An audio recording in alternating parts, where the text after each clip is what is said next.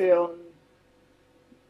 Mira, chicos, si me van a ver con la misma ropa que en el anterior video, concha de tu madre, el celular del orto. Pero bienvenidos a la parte 4 de El mundo de Soul. Y hoy vamos a reaccionar a un capítulo que se llama La inclusión no es el problema, sino saber incluir. Así que empecemos. Acá estamos.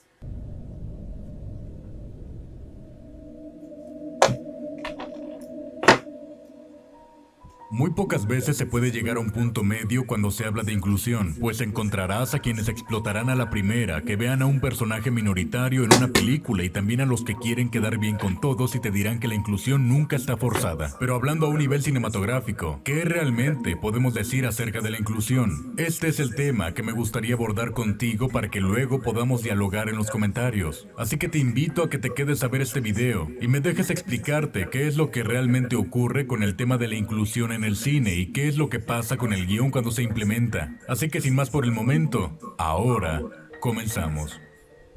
Antes de adentrarnos en el término específico de la inclusión, debemos entender qué es como tal algo forzado dentro de una película. Así que déjame explicártelo con algo que todos conocemos bien, que es el fanservice. Tomaré de ejemplo a dos películas basadas en videojuegos. Una que supo implementar bien el fanservice y otra que lo terminó forzando. La primera será la cinta de Assassin's Creed, precisamente con la escena del salto de fe. Y es que No conocía que había una película basada en Assassin's Creed. O sea, las películas que yo conozco de videojuegos son Sonic, la de Street Fighter, la de la horrible de Mario, la de Tomb Raider y la de... ¿Cómo se llama esto?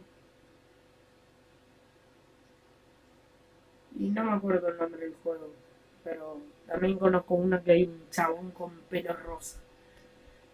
Pero no sabía que había una de Assassin's Creed. siempre vemos en los juegos, pero justificado dentro de la lógica de la película, por lo que ahí el primer ejemplo de fanservice bien realizado, ya que logra mostrar algo que todos queríamos ver, pero lo hace de una forma bastante orgánica. Ahora bien, lo que pasa con Mortal Kombat es algo que te llegué a comentar en el video que le dediqué a la película, puesto que sí, es cierto que en Mortal Kombat pudimos ver varios de los fatalities clásicos, pero también tenemos diálogos forzados como Kano diciendo Kano wins, haciendo referencia a la voz que suena en el juego tras ganar una partida. Además de que incluso hay otras escenas de la película donde de la nada sale una voz diciendo Flawless Victory sin razón aparente, por lo que ahí tenemos el ejemplo de un fanservice forzado. Ahora bien, hablando del impacto, ¿acaso hay alguna diferencia entre una y otra? No, para nada, pues estoy seguro de que los fans de Assassin's Creed estuvieron tan a gusto viendo el salto de fe como los de Mortal Kombat escuchando las frases después de los fatalities. Pero en términos objetivos se debe aceptar que uno fue muy orgánico y el otro estuvo totalmente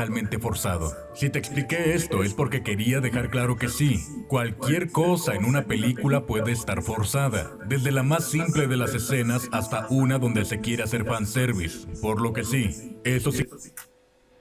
El fanservice sería hacer algo por los fans de esa franquicia o algo así. No sé, pero vamos a seguir viendo. Significa que la inclusión, al igual que todas las cosas, también puede estar forzada. Ahora, me gustaría dividir este video en unas cuantas secciones, por lo que primero revisaremos la inclusión femenina. La más famosa escena de representación femenina la encontraremos en Vengadores Endgame, con la ya bien conocida escena de las Vengadoras. Pero ¿qué realmente pasa con esta escena? Al igual que con Mortal Kombat, que no tenía ningún sentido que se escuchara una voz diciendo quién ganó, lo mismo pasa con la escena de las Vengadoras, porque en ese intento de generar una escena de empoderamiento femenino terminaron creando una de las secuencias más forzadas que podemos encontrar, ya que dentro de la lógica interna de la película no hay nada que justifique por qué en plena guerra decidieron agruparse por sexo. Pero de nuevo, seguro que a más de uno le gustó esta escena y está perfecto, pero esto lo estamos viendo desde un punto de vista objetivo, y al hacerlo sabremos que en realidad no hubo nada que justificara esta escena, terminando en precisamente inclusión forzada. Ahora, ¿pudo haber una forma de hacerlo de mejor manera? Claro, Tenemos varios ejemplos. De entrada, cuando Okoye, la Viuda Negra y la Bruja Escarlata colaboran entre sí en Infinity War, cosa que tiene bastante sentido, ya que casi se podría decir que eran las únicas ahí.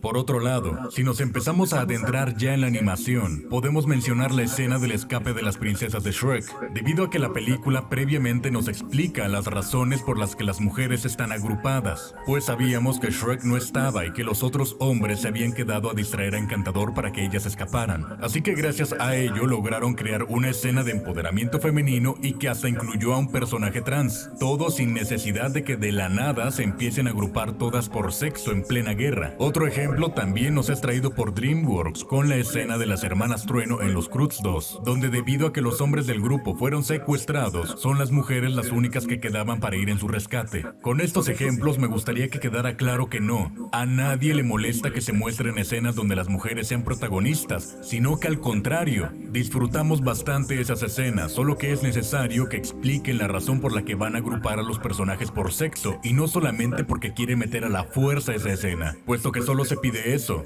que puedan construirla sin forzarla.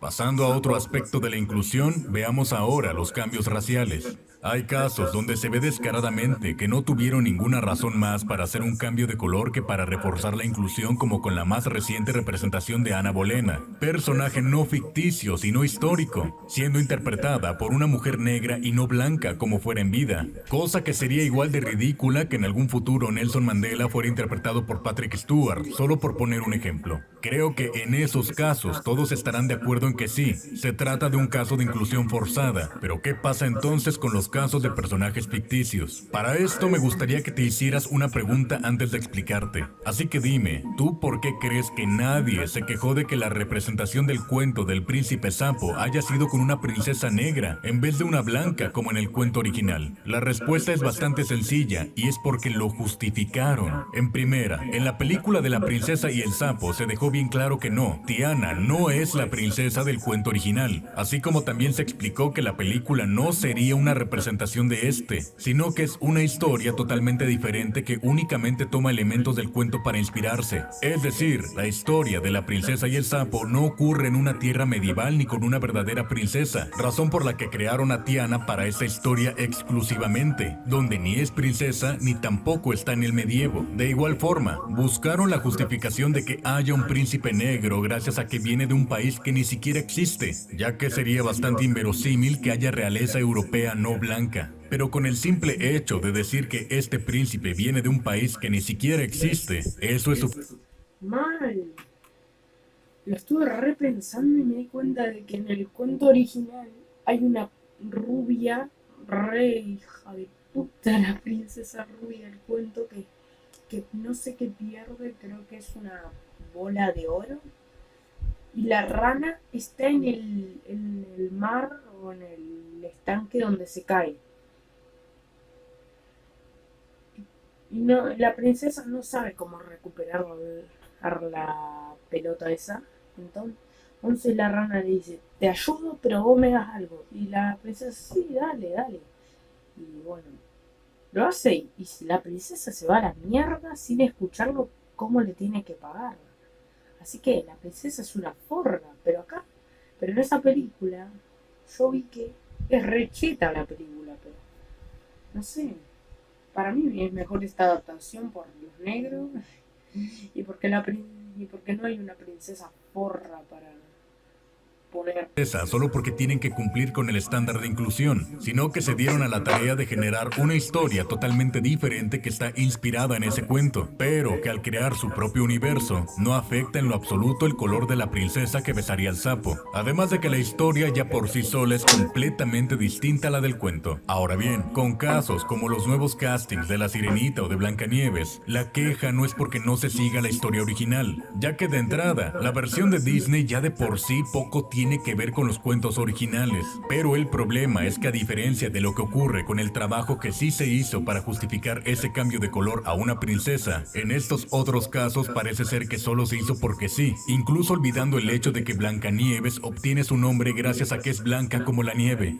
Existe gente en internet que argumenta que Tiana no podría ser blanca, ya que debido a su contexto histórico, siendo una chica marginada de Nueva Orleans, sería bastante difícil de creer que fuera blanca y lo más sensato es que el personaje fuera negro. Pero esa misma gente argumenta que no pasa nada si Blancanieves no es blanca, ya que si siguiéramos el contexto histórico, por el simple hecho de tratarse de una princesa europea, ya con eso tiene que ser blanca sí o sí. Pero eso es lo que no entienden, debido a que precisamente a Tiana se le trabajó un contexto que sustentará la razón de su color, pero con Blancanieves y las Sirenitas, O sea, que con Tiana, la de la princesa y el sapo, se hizo bien un análisis y una historia y un porqué que es, de que es morena, tipo, de que se preguntaron otro, es, ¿por qué la princesa y el sapo es morena si en el cuento original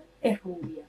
Y ahí le explicaron, y ahí hicieron una buena explicación de por qué es. Pero con la sirenita y Blancanieves dijeron, porque se nos dio la gana. O algo así. simplemente hicieron el cambio porque sí, de nuevo, por pura inclusión forzada. Y pasando a la última sección de este video, veamos qué ocurre con las orientaciones sexuales. Aquí me gustaría tomar de ejemplo a dos personajes, a LeFou de La Bella y la Bestia y a Katie Mitchell. Lo que pasa con LeFou es que lo recordamos en la versión animada por ser un personaje bufonesco, gracioso y hasta tierno al ver que tenía esa admiración por Gastón casi como de hermano mayor, elementos que juntos formaron su personalidad e identidad. No obstante, en el live action se tiró todo eso a la basura e hicieron que el único rasgo característico del personaje fuera su sexualidad, haciendo que lo único que lo represente sea ser afeminado, y cambiando esa admiración por algo que más bien parecía un acoso de su parte hacia Gastón, cometiendo el terrible error de definir. Sí, boludo, ahí en la película esa parece que es un novio, boludo, lo mira como si le quisiera meter toda la pinga en la boca. Este video va a tener restricción de... Pero sí, amigo, en la animada es un enano que gracioso que ayuda a Gastón, y acá es un afeminado que lo quiere coger y lo ayuda. Pero de igual manera lo ayuda con besa y todo eso. La personalidad de LeFou con base T, ya que no suele ocurrir que la personalidad de un personaje heterosexual gire en torno a ser heterosexual, sino que ese es un elemento que sale sobrando, cosa que no le pasó a LeFou, pues su único rasgo representativo en el live action era ser un cliché de una persona homosexual. Ahora bien, ¿qué ocurre con Katie Mitchell? Todo lo contrario, puesto que tal como debe ser con cualquier personaje, su sexualidad es algo que no es relevante si la historia no lo pide, ya que sí, pese a que Katie es lesbiana, todos la recordamos por creativa, elocuente, ingeniosa y valiente, teniendo esas y más características, pero nunca realmente nos llega a molestar cuáles sean sus preferencias. Es decir, considero más respetuoso mostrar que una persona de la comunidad LGBT puede ser como cualquier otra y que tiene muchísimas cualidades para destacar, y no solo hacerse notar por sus preferencias, tal como le pasó a LeFou. Con esta comparativa, me gustaría que se entendiera que no pasa. Entiendo. Tipo, a LeFou solo se lo hizo notar porque parece afeminado. Ya está. Pero con Katie no sé qué, se le hizo ver que una persona homosexual no es alguien anormal. Es como cualquier otra persona, solo que con distintas preferencias. Pasa nada si se quiere mostrar a personajes que representen a la comunidad LGBT, sino que no los limiten a que su única cualidad sea esa. Independientemente de la orientación que tengan, pueden ser personajes muy interesantes que terminen destacando por mil cosas y no solo por eso, generando una mejor representación de esa comunidad y sobre todo, un personaje mejor desarrollado. Siendo todo esto evidencia de que no, la inclusión no es el problema es no saber incluir. Estos han sido los tres aspectos principales en los que podemos ver la inclusión en el cine, y tal como te he demostrado con varios ejemplos y comparaciones, podrás notar que sí, hay muchas escenas y personajes que únicamente por cumplir con la cuota de inclusión se sienten demasiado forzados y vacíos, pero también viste otros que gracias a un buen trabajo de guión, no se siente nada forzada su implementación dentro de una película, así que ahora me encantaría leer qué es lo que opinas tú en la caja de comentarios. Descárgate. Se acabó el video. Me gustó mucho esto de la inclusión en las películas y todo eso. Está muy cheto todo. A veces algunas cosas no las entendí, pero está bueno. Y bueno, acá nos despedimos. Adiós.